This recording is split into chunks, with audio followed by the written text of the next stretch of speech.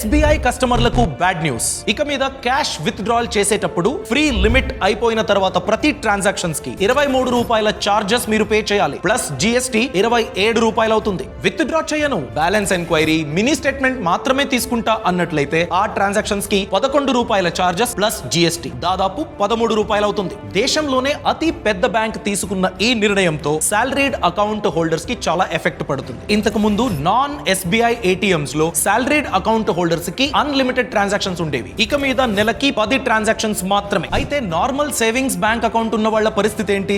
SBI ATM లో unlimited transactions ఉంటుంది. Non SBI ATM లో నెలకి 5 మాత్రమే ఫ్రీ ట్రాన్సాక్షన్స్ దొరుకుతాయి. ఒకవేళ సాలరీ అకౌంట్ అయితే SBI ATM లో అన్లిమిటెడ్, నాన్ SBI ATM లో నెలకి 10 ట్రాన్సాక్షన్స్ మాత్రమే ఫ్రీ. దాని తర్వాత ఈ కొత్త చార్జెస్ అప్లై అవుతుంది. చార్జెస్ పడకుండా ఎలా జాగ్రత్తగా ఉండాలి? SBI ATM లో కార్డ్లెస్ విత్ డ్రాల్ కి యోనో క్యాష్ మీరు వాడుకోవచ్చు. బ్యాలెన్స్ ఎంక్వైరీ చేయాలంటే UPI ని వాడుకోండి. దీనికి జతగా SBI యొక్క 63 వేల కన్నా ఎక్కువ ATMలు ఉన్నాయి. ఎక్కువ శాతం ఓన్ బ్యాంక్ ATM ని వాడడానికి ప్లాన్ చేసుకోండి. ఈ సమాచారాన్ని SBI కస్టమర్లకు తప్పకుండా షేర్ చేయండి.